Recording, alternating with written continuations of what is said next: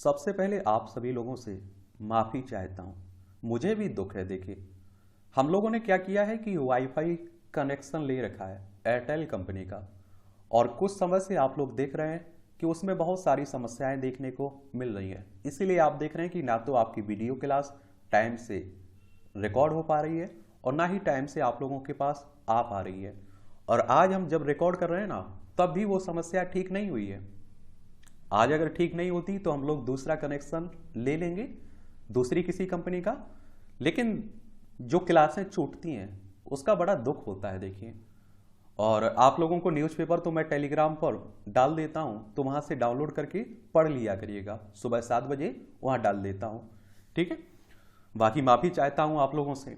और अब मोबाइल से अपलोड करते हैं, रिकॉर्ड करते हैं, कितना टाइम लगता है, कैसी क्वालिटी रहती है, आप लोग ज़रूर बताइएगा नीचे। ये आप देखेंगे दैनिक जागरण का राष्ट्रीय संस्करण है, और ये आप लोगों के लिए काफ़ी महत्वपूर्ण भी रहता है। अगर आप लोग सिविल सर्विस की तैयारी कर रहे हैं, स्टेट पीसीएस की तैयारी कर रहे हैं, वनडे एग्जाम की तैयारी कर रहे हैं, और इन सब एग्जाम के अगर पुराने क्वेश्चंस पेपर आपने उठा के देखे हैं, तो करंट अफेयर्स आपके एग्जाम में महत्वपूर्ण स्थान रखता है। अच्छी खासी संख्या में क्वेश्चंस पूछे जाते हैं। कतर में 8 भारतीयों को सुनाई गई मौत की सजा, और भारत ने कहा है कि कोर्ट का फैसला स्तब्धकारी है और सरकार सौजन के संपर्क में है। मुद्दे को काफी गंभीरता से ले रही है सरकार। सभी भारतीय नौसेना के पूर्व अधिकारी कतर की सेना से जुड़ी कंपनी में कर रहे थे काम। जासूसी का लगाया गया आरोप, और सरकार सारे कानूनी विकल्पों पर कर रही विचार। और इसमें आप देखिए कौन कौन शामिल है। तो पूर्व नौसेना अधिकारी हैं कैप्टन नवतेज सिंह गिल, कैप्टन वीरेंद्र कुमार वर्मा, ये आप देखिए कैप्टन सौरभ वशिष्ठ, और कमांडर अमित नागपाल, और कमांडर पूर्णेंदु तिवारी, कमांडर सुगनाकर फकाला, ये आप देखिए कमांडर संजीव गुप्ता, और सेलर ये आप देखिए रागेश शामिल हैं। कमांडर तिवारी को 2019 में दिया गया था प्रवासी भारतीय सम्मान भी, ये भी आप लोग याद रखिएगा। और कतर आप देखेंगे तो ये पश्चिम एशिया में आप लोगों को देश देखने को मिलेगा, और इसकी आप देखेंगे कि क्या है, दोहा इसकी राजधानी है। यहाँ आप देखेंगे तो ये हमारी प्यारी पृथ्वी है, इसमें आप देखेंगे ये हमारा प्यारा भारत है। यहाँ आप लोगों को कतर यहाँ आपको कतर देखने को मिल जाएगा। और आप देखेंगे कि इसकी एकमात्र भूमि सीमा दक्षिण में सऊदी अरब के साथ साझा होती है, बस आप देखेंगे। और फारस की खाड़ी से इसकी सीमा लगती है, ये भी आप लोग याद रखा करिएगा। इस तरह के देश कोई चर्चा में रहता है तो उससे क्वेश्चंस आपके एग्जाम में पूछ लेता है कई बार। राम जन्म जैसे योग में रामलला के विग्रह की प्राण प्रतिष्ठा होगी। अयोध्या के राम मंदिर की बात हो रही है, और आप सभी को मालूम है कि भव्य राम मंदिर बन रहा है यहाँ। टैंकों के साथ गाजा में इजरायली सेना घुसी, पूरी रात कार्रवाई। ये आप देखते हैं कि इजराइल की बात हो रही है, और पहले आपने देखा है कि हमास ने इस पर हमला किया, फिर आप देखते हैं कि इजराइल उस पर रिएक्ट कर रहा है, तो उसी को लेकर सब बातें हो रही हैं। ये आप देखेंगे यहाँ इजराइल आपको देखने को मिलेगा। इजराइल का एक हम लोगों ने ओवरव्यू लिया हुआ है, तो आप लोगों का जो प्लेलिस्ट सूची बनी हुई है ना सामान्य ज्ञान के नाम से, उसमें आप लोग जाइए, वहां आपको एक क्लास मिल जाएगी। पूरा इतिहास पिछला जो भी रहा है उसका अभी तक सब कवर किया हुआ है, ठीक है। पेपर लीक मामले में राजस्थान कांग्रेस अध्यक्ष के परिसरों में छापे, और आप देखते हैं कि हर राज्य में क्या रहता है, छापे पड़ते रहते हैं और पेपर आउट होते रहते हैं। राजस्थान में एक तो आप देखते हैं कि इसी साल है चुनाव आपका, तो देखिए ये हमारा प्यारा भारत है, इसमें आप देखेंगे ये राजस्थान आपको देखने को मिल जाएगा। और इसकी राजधानी आप देखेंगे जयपुर है। इसकी सीमा पाकिस्तान से लगती है, राज्यों में गुजरात, मध्य प्रदेश, उत्तर प्रदेश, हरियाणा और पंजाब से लगती है। ये 3,42,239 वर्ग किलोमीटर में फैला हुआ है आपका, क्षेत्रफल में सबसे बड़ा राज्य, ठीक है। विधानसभा में 200 सीटें हैं, राज्यसभा में आप देखेंगे कि 10 सीटें हैं, लोकसभा में 25 सीटें आपको देखने को मिलेगा। और ईडी की अगर हम लोग बात करें तो इन्फोर्समेंट डायरेक्टरेट की बात हो रही है, प्रवर्तन निदेशालय की बात हो रही है। इसकी स्थापना कब हुई थी? 1 मई 1956 में हुई थी। नई दिल्ली में हेडक्वार्टर आपको देखने को मिल जाएगा। 5 आतंकवादियों के मारे जाने से बौखलाए पाक ने की फिर गोलीबारी। ये जम्मू कश्मीर की आप देख रहे हैं। आप सभी जानते हैं 370-35 से हटने के बाद जम्मू कश्मीर को 2 भागों में बांट दिया गया, लद्दाख और जम्मू कश्मीर, दोनों केंद्र शासित प्रदेश है। और आप देखिए जम्मू कश्मीर में दिल्ली की तरह आपको विधानसभा भी देखने को मिलेगी। तो पाकिस्तान की तरफ से असंभव कोशिश रहती है कि अशांति फैलाई जाए यहाँ। अमेरिकी रिजर्व सैनिक ने बरसाई गोलियां, 18 की मौत हुई है। हमलावर ने रेस्टोरेंट कम बार और वालिंग रैली में एली में की है ये फायरिंग। देखिए इस तरह के सनकी भी मिल जाते हैं, और अमेरिका में खासकर इस तरह की घटनाएं बहुत हो रही हैं। बिहार में 12वीं तक के 21,90,000 विद्यार्थियों के नामांकन रद्द हुए हैं। बिहार में शिक्षा विभाग के अपर मुख्य सचिव के पाठक के निर्देश के बाद स्कूलों का निरीक्षण लगातार जारी है, और इस क्रम में स्कूल से 15 दिनों तक अनुपस्थित रहने वाले कक्षा 1 से 12वीं तक के विद्यार्थियों के नाम काटे जा रहे हैं, जो आप देखिए एडमिशन करवा लेते हैं लेकिन स्कूल नहीं जाते हैं। महुआ की बड़ी मुश्किलें, आचार समिति ने 31 को बुलाया, और पैसे लेकर सवाल पूछने की शिकायत को समिति ने माना गंभीर, और भाजपा सांसद निशिकांत दुबे और वकील जय देहाद्री ने दर्ज कराया बयान। ये आप देखिए टीएमसी की सांसद हैं, ममता बनर्जी की पार्टी की। रिकॉर्ड 82 पदक जीतकर भारतीय पैरा एथलीटों ने रचा इतिहास। ये आप देखते हैं कि जो चाइना में हांगझू में आप देखते हैं कि पैरा एशियाई खेल हो रहे हैं ना, उन्हीं की बात हो रही है। और 2018 में आप देखिए 72 पदक जीते थे भारत ने, ये भी आप लोग याद रखिएगा। एक बात और आप लोगों को बता दूं, देखिए पैरा कहने का मतलब होता है जो विकलांग खिलाड़ी होते हैं वो भाग लेते हैं इसमें, ठीक है। अब आप देखिए हमारे समाज की सबसे दिल दहलाने वाली घटना, दशहरा मेला देखकर पैदल वापस लौट रही थी प्रवासी दंपत्ति।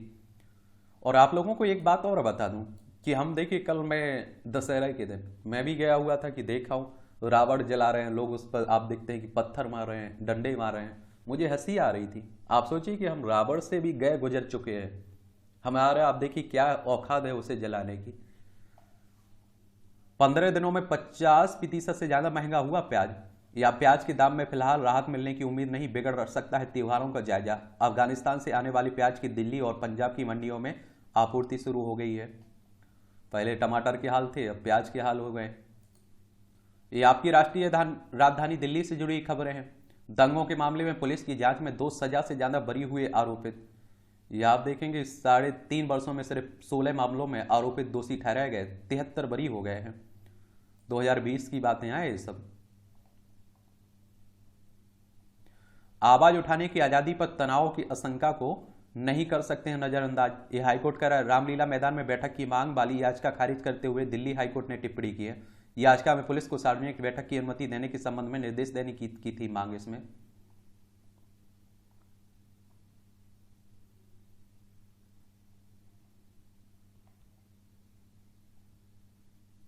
परियोजनाओं के लिए डीओ को 930 करोड़ का रेट, दिल्ली विश्वविद्यालय को। पूर्वी दिल्ली परिसर के साथ नजफगढ़ और द्वारका परिसरों का निर्माण कार्य जल्दी शुरू होगा। विकास कार्यों शुरू करने की को विस्तृत परियोजना रिपोर्ट बनाकर सोमवार को प्रस्तुत की जाएगी। एक रक्षा प्रणालियों की मजबूती पर फोकस करे वायुसेना, हमारे रक्षा मंत्री साहब राजनाथ सिंह साहब कह रहे हैं। और वायुसेना के कमांडर सम्मेलन में हमास इजरायल संघर्ष और रूस यूक्रेन युद्ध के संदर्भ में चर्चा हुई है।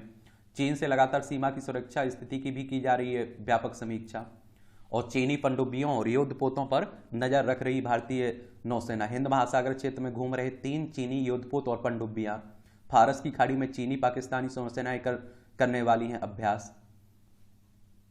भारत ईयू ने गिनी की खाड़ी में किया संयुक्त सैन्य नौसैनिक अभ्यास। इस अभ्यास में भारतीय नौसेना का गश्ती जहाज INS सुमेधा हुआ शामिल। नौसेना समुद्री रक्षा सहयोग को मजबूत करने के उद्देश्य से किया गया यह अभ्यास। यूरोपीय संघ की बात हो रही है इसमें, ठीक है।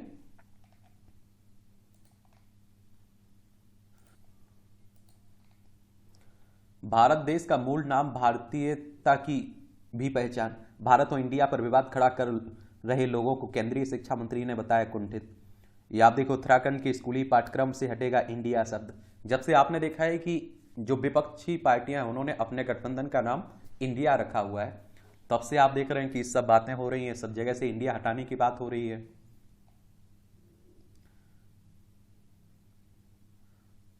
रूस यूक्रेन संघर्ष से मिला आत्मनिर्भरता का सबक, सेना प्रमुख ने कहा है कि जमीन लड़ाई का बना रहेगा महत्व। समग्र युद्ध क्षमता बढ़ाने पर ध्यान केंद्रित कर रही है सेना हमारी।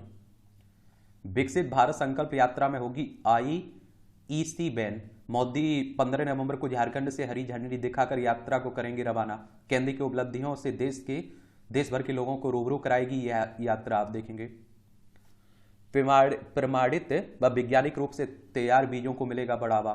केंद्रीय एवं केंद्रीय गृह और सहकारिता मंत्री अमित शाह ने गुरुवार को नई दिल्ली में उन्नत बीजों के उत्पादन एवं वितरण पर राष्ट्रीय संगोष्ठी के मौके पर लोगो जारी किया है।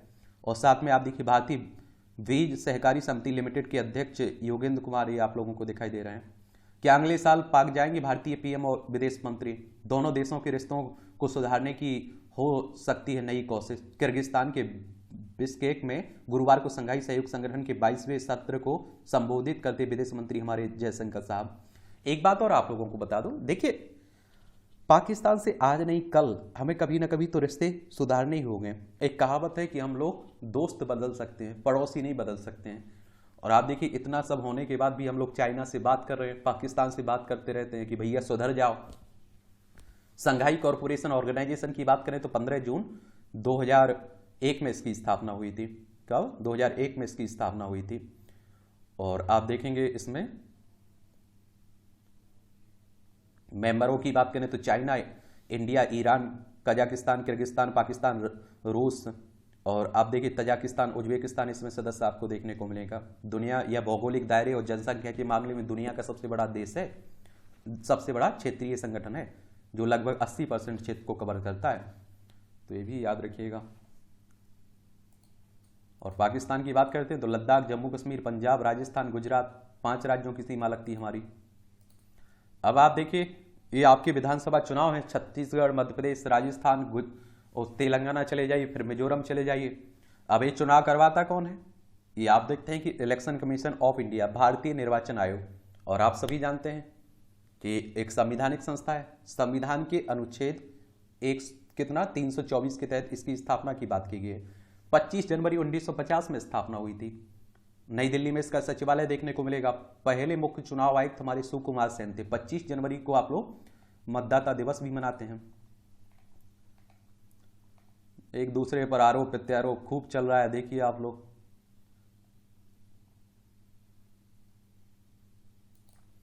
दुष्टों की दुष्टता नहीं चलने देगा भारत, ये आप देखते हैं। भागवत कह रहे हैं सहारनपुर में श्री कृष्ण ज्ञान मंदिर के भूमि पूजन संत समागम में पहुंचे आरएसएस प्रमुख।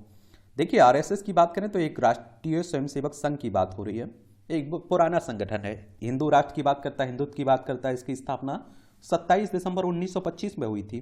केबी हेडगेवार इसके फाउंडर थे। और आप देखेंगे इसका हेडक्वार्टर कहाँ? नागपुर, महाराष्ट्र में देखने को मिलेगा।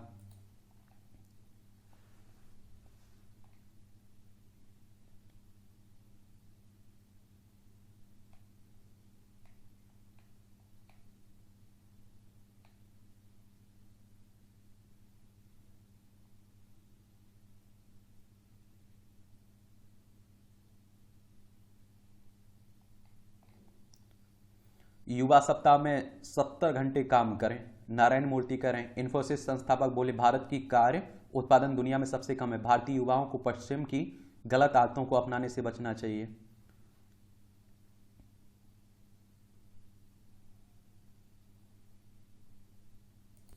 भूजल की कमी के चरम बिंदु की ओर बढ़ रहा है भारत। संयुक्त राष्ट्र की रिपोर्ट में दी गई चेतावनी, 2025 तक दिखने लगेगा असर। संयुक्त राष्ट्र की बात करें तो यूनाइटेड नेशंस की बात हो रही है। 24 अक्टूबर 1945 में इसकी स्थापना हुई थी।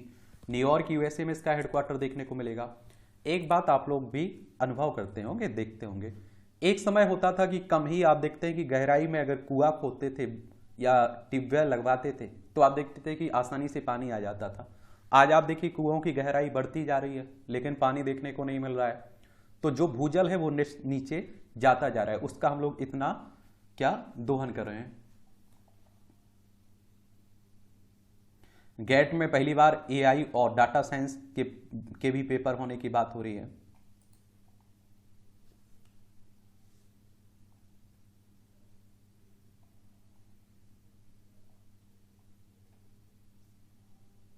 लिव इन में रहने वाले सुरक्षा के हकदार हैं, हाईकोर्ट कह रहा है। पंजाब हरियाणा हाईकोर्ट ने कहा है। आजकल इस तरह के मामले भी खूब आ रहे हैं। आजकल आप देख रहे हैं परमाणु तकनीक के क्षेत्र में भारत का योगदान सराहनीय है। ये परमाणु ऊर्जा विभाग Bhabha atomic research centre Tata में बुले अस्पताल का किया दौरा इन्होंने। अंतर्राष्ट्रीय परमाणु ऊर्जा एजेंसी के महानिदेशक हैं राफेल मारियानो ग्रोसी हैं ये। चलिए इसके बारे में याद रखिएगा। किसकी बात कर रहा हूं मैं? ये IAEA की बात हो रही है, इंटरनेशनल एटॉमिक एनर्जी एजेंसी की बात कर रहा हूँ। इसकी स्थापना कब हुई थी? 29 जुलाई 1957 में वेना ऑस्ट्रिया में इसका हेडक्वार्टर आपको देखने को मिलेगा। ये अंतर सरकारी संगठन है जो परमाणु ऊर्जा के शांतिपूर्ण उपयोग को बढ़ावा देना और परमाणु हथियारों सहित किसी भी सैन्य उद्देश्य के लिए इसके उपयोग को रोकना चाहता है।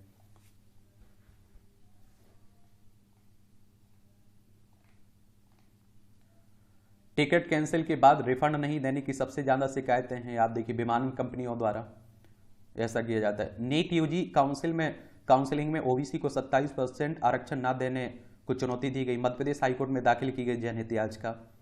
और मध्य प्रदेश में तो आप देखते हैं कि एमपीपीएससी के लिए भी इस तरह की याचिकाएं दायर की गई हैं, लेकिन 27% आरक्षण ओबीसी वर्ग को, पिछड़ा वर्ग को नहीं मिल पाया। फिर भी बंगाल में वन मंत्री के आवास समेत 8 स्थानों पर ईडी की छापेमारी। राशन वितरण घोटाला इन पर हो रही बात।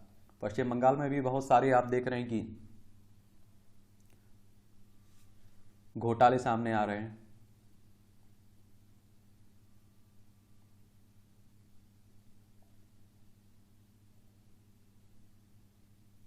कर्नाटक में वन्यजीव अधिनियम उल्लंघन मामले में क्षमादान पर विचार। राज्य के कई प्रमुख हस्तियों के घर वन विभाग की छापेमारी। अभिनेता दर्शन पर बाघ के नाखून रखने का मामला दर्ज हुआ है।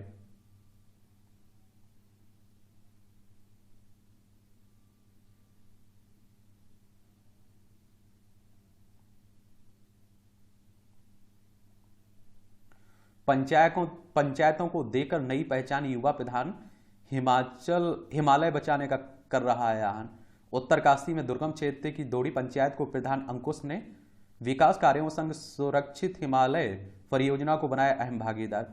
इस तरह की पंचायतें कम ही देखने को मिलती हैं, और मैं हमेशा आप लोगों से कहता भी हूं कि अगर आप देखिए कि आपका सरपंच ईमानदार है, आपका जो भी नेता है वो ईमानदार है, तो आपके यहाँ की 90% समस्याएं खत्म हो सकती हैं।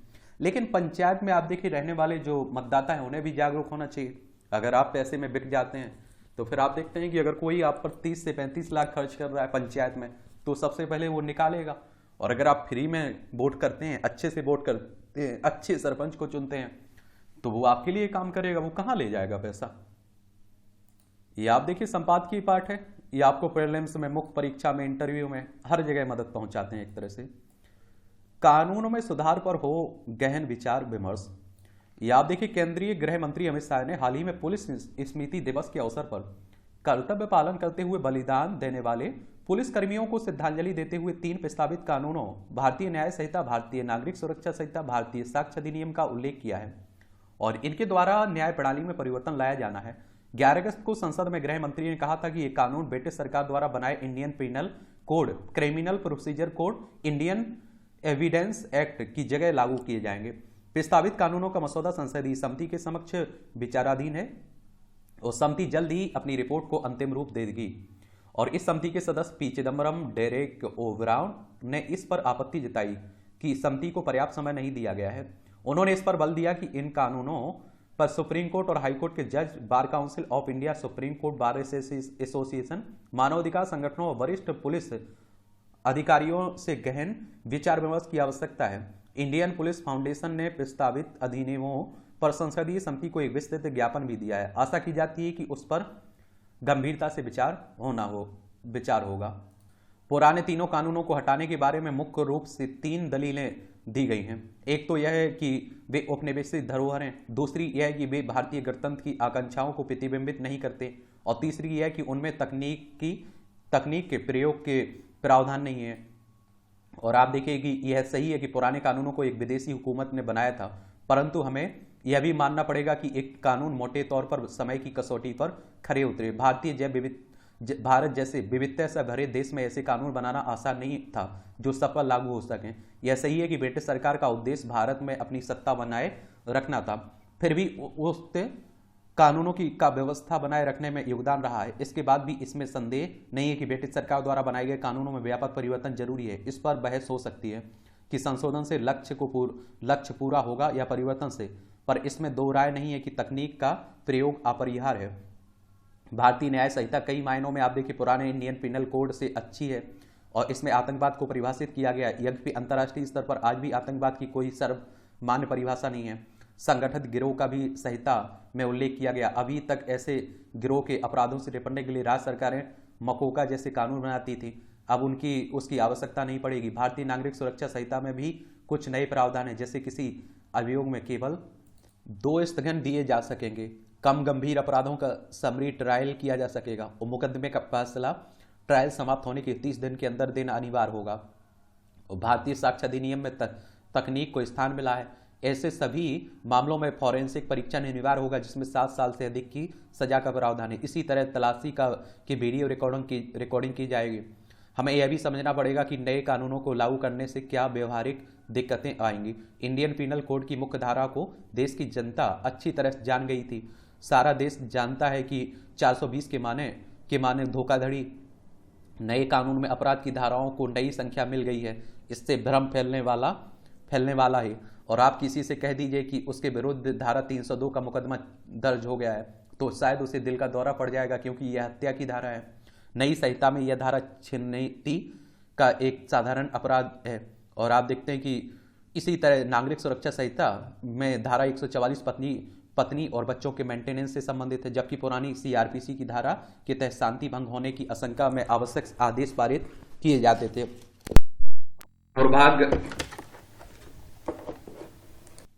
दुर्भाग्य से साक्ष्य अधिनियम में पुलिस अधिकारियों के सामने अपराध की स्वीकारोक्ति अभी भी साक्ष्य के रूप में नहीं मानी जाएगी। और संसदीय समिति को इस विषय पर सोचना होगा कि कम से कम उन धाराओं की संख्या न बदली जाए जो जनमानस के दिमाग में बैठ चुकी हैं। देश में करीब 5 करोड़ मामले लंबित हैं और सामान्यतः आप देखेंगे कि मुकदमे 5 से लेकर 40 साल तक चलते हैं। ऐसी हालत में पुराने मुकदमों में आईपीसी की ही धारा लगेगी और नए मुकदमे में नई संहिता की धारा लगेगी। अगर हम सुनिश्चित कर सकें कि खास धाराओं की संख्या में कोई परिवर्तन नहीं हो, तो अगले कई दशकों तक आप देखिए जो संशय होगा उससे बच सकेंगे। नए कानूनों से bureau of police research and development, national crime record bureau और crime and criminal tracking network and system को समस्या आ सकती है। पुराने मुकदमों को हम पुरानी धाराओं के अंतर्गत दिखाना पड़ेगा, नए मुकदमे उन्हीं अपराधों को नई धाराओं में दिखाना पड़ेगा। इन संस्थाओं को नया सॉफ्टवेयर बनाना पड़ेगा, तब तक अपराधों का कोई तुलनात्मक अध्ययन करने में मुश्किल आएगी। सरकार 3 बड़े कानून तो बदलने जा रही है, परंतु यह समझ नहीं आता है कि उसने अभी तक मॉडल पुलिस एक्ट क्यों नहीं पारित किया है। इसका प्रारूप सोराबजी ने 2006 में ही बना दिया था। 17 साल हो गए, परंतु यह अभी तक लंबित ही है। केंद्र और राज्य सरकारें जब तक पुलिस सुधारों के प्रति गंभीर नहीं होंगी, तब तक केवल कानून बदलने से वांछित परिवर्तन नहीं होगा। कानून में परिवर्तन और सुधार जितना आवश्यक है और उतना ही आवश्यक कानून के रखवालों में सुधार लाना है। गृह मंत्रालय ने जो पहल की है वह प्रशंसनीय है, परंतु उसे अंजाम तक ले जाने में यह अनावश्यक जल्दबाजी की गई तो अर्थ का अनर्थ हो सकता है। तीनों नए प्रस्तावित कानून जिस रूप में हमारे सामने हैं, उनके महत्वपूर्ण बिंदुओं पर गंभीर चिंतन और व्यापक विचार विमर्श की आवश्यकता है। लेखक उत्तर प्रदेश पुलिस के पूर्व महानिदेशक, इंडियन पुलिस फाउंडेशन के संरक्षक हैं। इनका नाम है प्रकाश सिंह। इनके द्वारा यह आर्टिकल लिखा गया है। संसदीय मर्यादाओं का अतिक्रमण।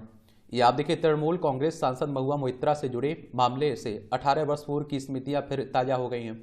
17 दिसंबर 2005 को धन लेकर संसद में प्रश्न पूछने के आरोप में लोकसभा के 10 तथा राज्यसभा के 1 सदस्य को बर्खास्त कर दिया गया था और इसमें भाजपा के 6, बसपा के 3 और कांग्रेस और राजद के एक सांसद शामिल थे। महुआ मोइत्रा के साथ क्या फिर इतिहास की पुनरावृत्ति होगी? इसका उत्तर अभी भविष्य के गर्त में है। भाजपा सांसद निशिकांत दुबे के आरोप के बाद मामले को लोकसभा अध्यक्ष ओम बिरला ने आचार संहिता समिति को सौंप दिया है।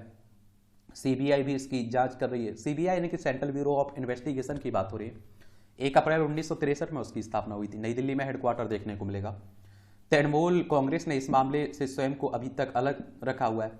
आमतौर पर आप देखिए, आक्रामक रहने वाली पार्टी यदि सार्वजनिक रूप से महुआ मोइत्रा के साथ देने और कुछ स्टैंड लेने से बच रही है, तो इसका अर्थ है आम लोग अपने अनुसार निकालेंगे।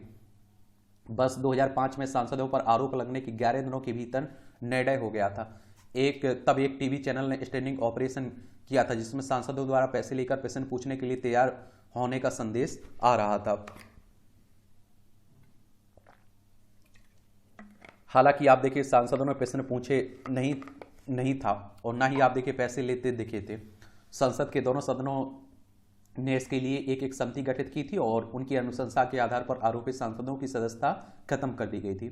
यानी कि स्टैंडिंग ऑपरेशन को सच मान लिया गया था। सांसदों ने उच्चतम न्यायालय का दरवाजा खटखटाया था, किंतु तत्कालीन लोकसभा अध्यक्ष सोमनाथ चटर्जी ने कहा कि संसद फैसला करने के लिए स्वतंत्र है, न्यायालय हस्तक्षेप नहीं कर सकता है इसमें।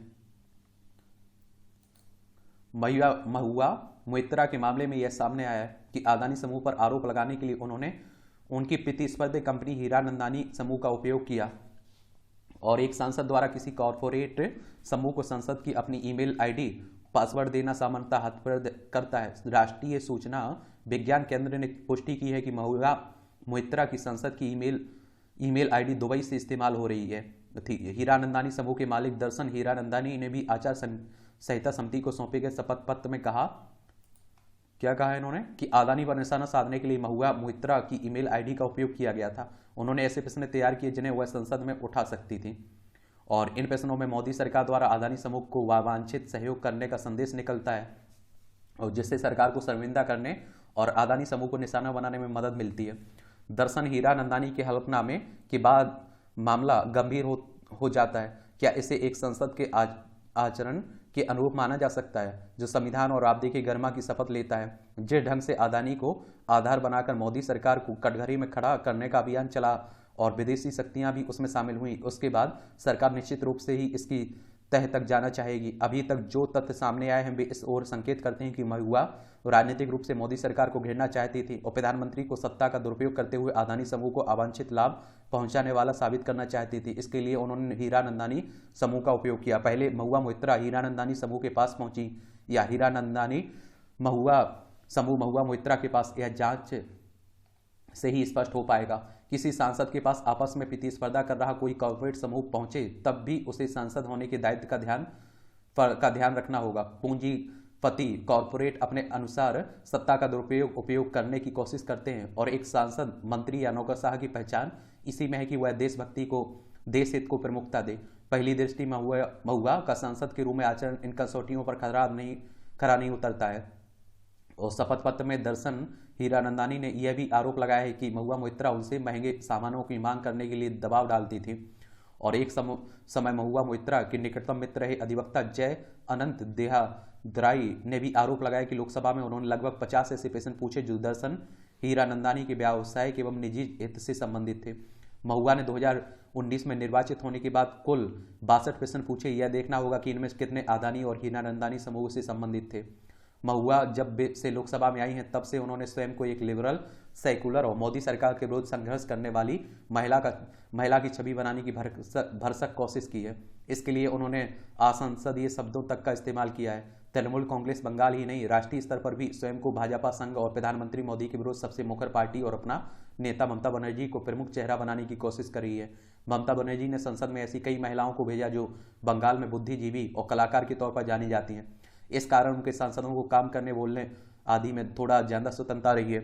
महुआ उन्हीं में से एक है, लेकिन उन पर लगे आरोपों की रक्षा करना आसान नहीं है। महुआ के बारे में जो भी फैसला होगा, आम लोगों में यह संदेश चला जाएगा कि वर्तमान में कुछ ऐसे सांसद हैं जो अपनी छवि चमकाने या राजनीतिक रूप से मोदी सरकार को लांछित करने के लिए संसदीय मर्यादाओं का किसी भी सीमा तक अतिक्रमण कर सकते हैं। लेखक, राजनीतिक विश्लेषक और वरिष्ठ पत्रकार हैं अवधेश कुमार, इनके द्वारा यह आर्टिकल लिखा गया है।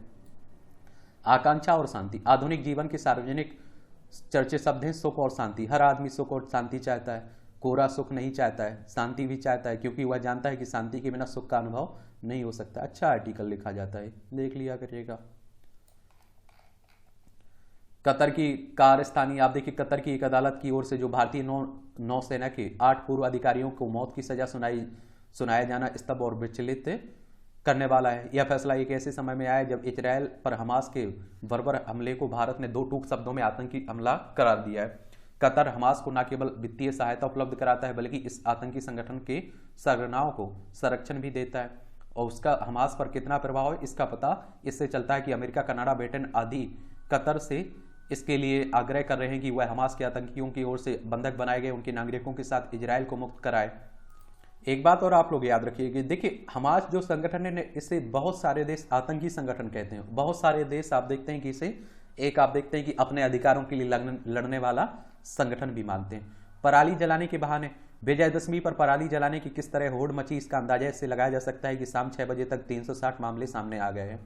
पराली कहने का मतलब वो कहता है कि खेतों में जो अवशेष रहता है ना, उन्हें जलाने की बात होती है।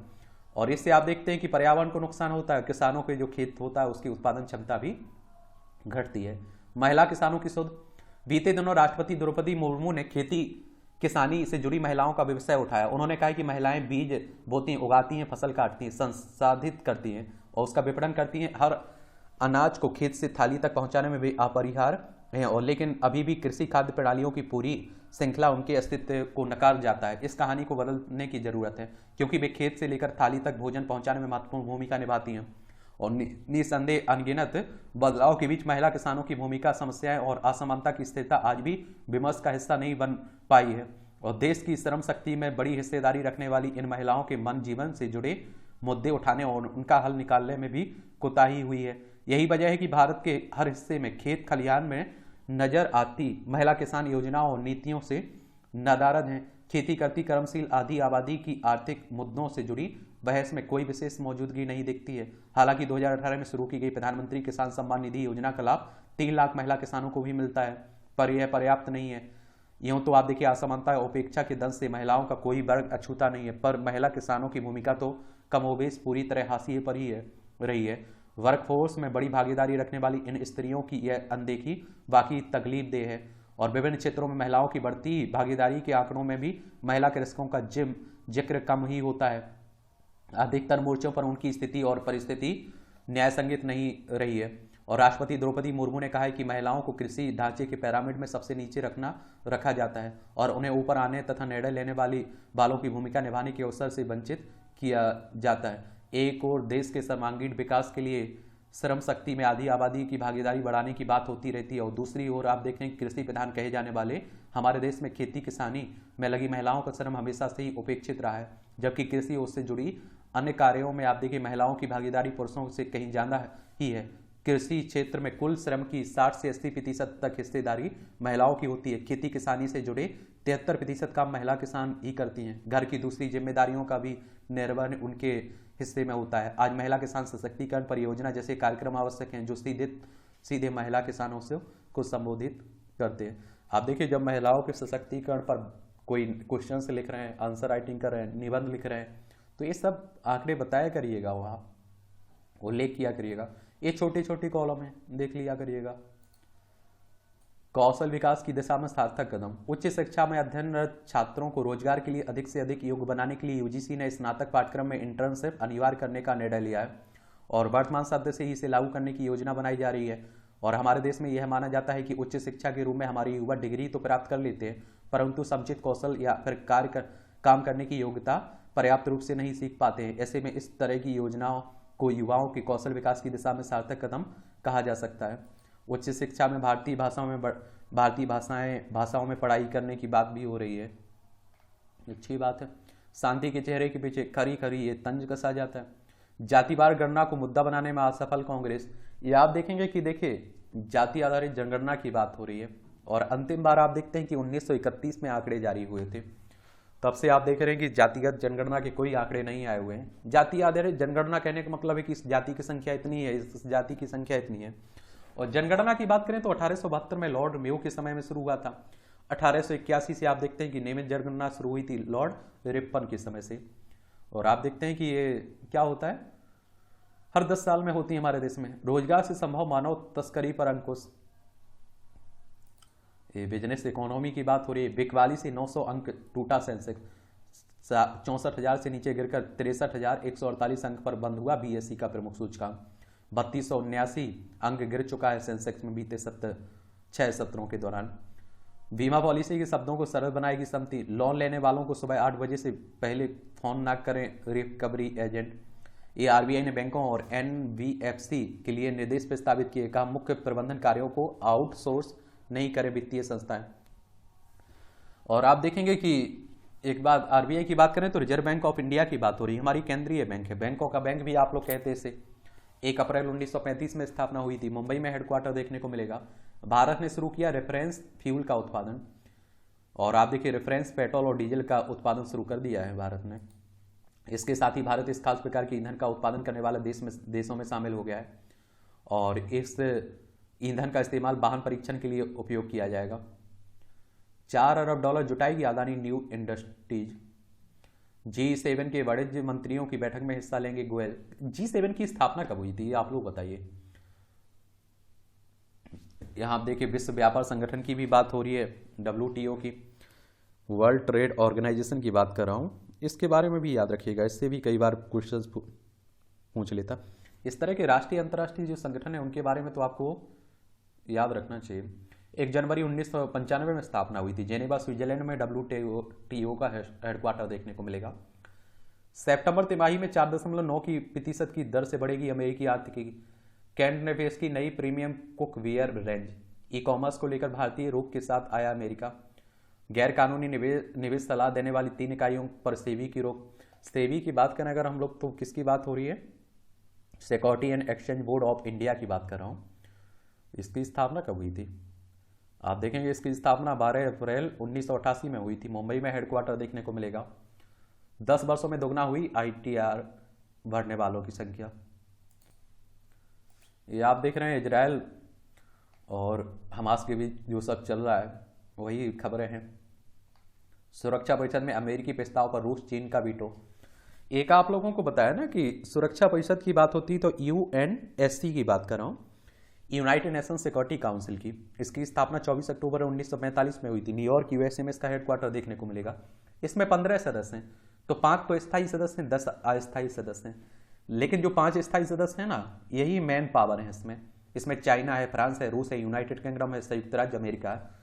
अगर कोई प्रस्ताव पास करवाना है तो इन 5 को सहमत होना चाहिए। इनमें से अगर एक भी विरोध में चला जाता है ना तो उसका प्रस्ताव रिजेक्ट हो जाता है। इजराइल हमास युद्ध पर UAE ने प्रस्ताव के विरोध में वोट डाला। प्रस्ताव में नहीं था संघर्ष विराम का जिक्र। कई देशों को बुरा लगा इससे। चलिए, ये आपकी अंतर्राष्ट्रीय खबरें हैं। वीजा बहाली के भारत के फैसले का कनाडा ने किया स्वागत। ये आप देख रहे हैं भारत और कनाडा के बीच बहुत लंबे समय से आप देख रहे हैं कि बुरे रिश्तों से गुजर रहा है। G7 देशों से मिलकर BRI का मुकाबला करेगा अमेरिका। चीन के बेल्ट एंड रोड इनिशिएटिव का।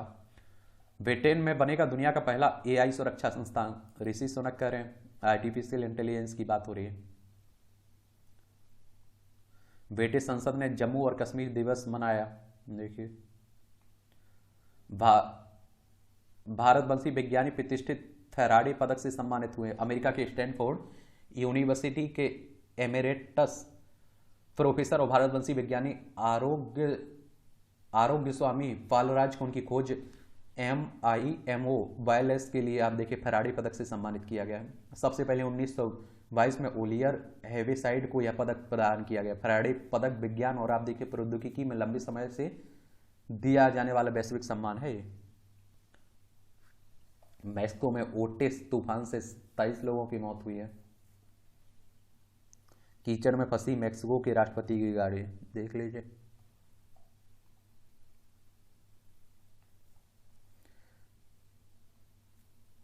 अब X पर भी कर सकेंगे ऑडियो वीडियो कॉल आप लोग। ट्विटर का नाम बदल के X कर दिया गया ना।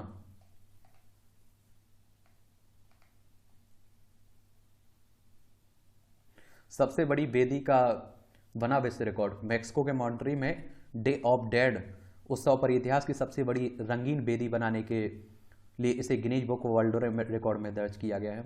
इस उत्सव को डिया डे लॉस मोटोन्स के नाम से जाना जाता है, जो एक वार्षिक कार्यक्रम है जो उन नाते रिश्तेदारों के सम्मान में होता है जिनका निधन हो चुका है। इससे लोग दिवंगतों से जुड़ने के लिए रंग बिरंगी और जीवित विधियां तैयार करते हैं।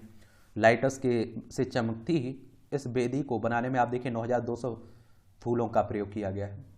एक खेल का क्षेत्र है। क्रिकेट आप लोग सबसे ज़्यादा पसंद करते हैं, चल रहा है क्रिकेट भी। विश्व कप दुबई में 19 दिसंबर को होगी IPL 2024 की नीलामी। भारतीय जूनियर निशानेबाजों ने जीता स्वर्णम उत्तम मस्कर, गौतमी भानोट और जैस्मिन कौर की भारतीय महिला junior 10 metre air rifle team ने गुरुवार को कोरिया के चांगवॉन में एशियाई निशानेबाजी चैंपियनशिप में जूनियर मीटर रिकॉर्ड के साथ स्वर्ण पदक जीता है। देश ओलंपिक मेजबानी को तैयार है, मोदी साहब कह रहे हैं। भारतीय संस्कृति में लुभाती विदेशी कहानियां देख लिया करिएगा, दिलचस्पी हुआ करे। लड़कियों के समानता के अधिकार की शुरुआत घर से हो, नीता अंबानी कह रही हैं। बिल्कुल सही बात है। जब कोई भी शुरुआत करनी है तो अपने घर से करिए। ऐसे बचाई सांप की जान। मध्य प्रदेश के नर्मदापुरम में सीपीआर देकर सांप की जान बचाने को अपनी तरह की पहली घटना चर्चा में बनी हुई है। आप देखिए वायरल हो रही है, उसे मुंह से सीपीआर दिया गया है। गजब। उद्यमी पराग देसाई के निधन के बाद कुत्तों का बंध्याकरण अभियान।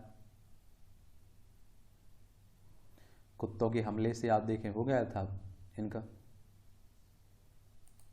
यहां भी आपको जनरल नॉलेज की जानकारी मिलती है, परीक्षा के पॉइंट भी से भी पॉइंट मिल जाते हैं। फिलिप डाउनिंग को मिला आधुनिक लेटर बॉक्स के लिए पेटेंट। 1891 में आज ही के दिन आविष्कारक फिलिप डाउनिंग ने स्ट्रीट लेटर बॉक्स में सुधार के लिए अमेरिकी पेटेंट प्राप्त किया था। मेल बॉक्सों को ढकने और खोलने के लिए किए गए इस सुधार ने मेल को चोरी होने और खराब मौसम से बचाया। आधुनिक लेटर बॉक्स इसी आधार पर बना। भारत में पहली बार हुआ सिर से जुड़े जुड़वा बच्चों का ऑपरेशन। 2017 में आज ही भारत में पहली बार सिर से जुड़े जुड़वा बच्चों का सफल ऑपरेशन हुआ। क्रेनियोफेगस सर्जरी हुआ। और दिल्ली में एम्स में 30 डॉक्टरों की टीम ने 16 घंटों तक यह सर्जरी की थी। और इसमें उड़ीसा के 28 महीने के जुड़वा बच्चों जग्गा और बलिया को नया जीवन मिला था। सिने जगत की प्रतिभाशाली गायिकाओं में से एक अनुराधा। धीरे धीरे से चाहा है तुझको नजर के सामने बहुत प्यार करते हैं जैसे गीतों को गाने वाली पार्श्व गायिका अनुराधा पोडवाल का जन्म 1954 में आज ही के दिन कर्नाटक के उत्तर कन्नड़ जिले में हुआ था। बतौर गायिका करियर की शुरुआत 1973 में फिल्म अभियान से की। 1976 में फिल्म आप बीती में उन्हें पहली बार एकल गीत गाने का मौका मिला। हीरो बेटा दिल है कि मानता नहीं, आस्की जैसी कई हिट फिल्मों में गीत गाए। इसके अलावा कई भक्ति गीत भी गाए। उन्हें 4 फिल्म फेयर और 1 राष्ट्रीय पुरस्कार भी मिला था। कैंसर कोशिकाओं को बढ़ने से रोकेगी दवा। BBEU के विज्ञानियों का दावा यह लीवर कैंसर के उपचार में होगा सबसे अधिक सहायक। नर्वस सिस्टम के कैंसर को छोड़कर अन्य उपचार में सहायक लैब में हुआ सफल परीक्षण, मिल चुका है पेटेंट। केमिकल कंपाउंड रासायनिक यौगिक की खोज की गई जो कैंसर कारक कोशिकाओं को मृत कोशिकाओं में बदलने और इसकी वृद्धि रोकने के काम आती है। एक बात और आपको बता दूं, देखिए क्या है ना कि पहले माना जाता था किसी को कैंसर हो गया तो उसकी जिंदगी खत्म है, लेकिन अब तो आप देख रहे हैं सबका इलाज संभव है। चोरी के बाद पसीजा दिल, चोर ने लौटाए पूरे पैसे। गजब। तिरुवनंतपुरम की घटना है, केरल की। अच्छा चोर होगा। लंबे समय तक टीवी टैबलेट देखना ऑटिज्म का लक्षण है।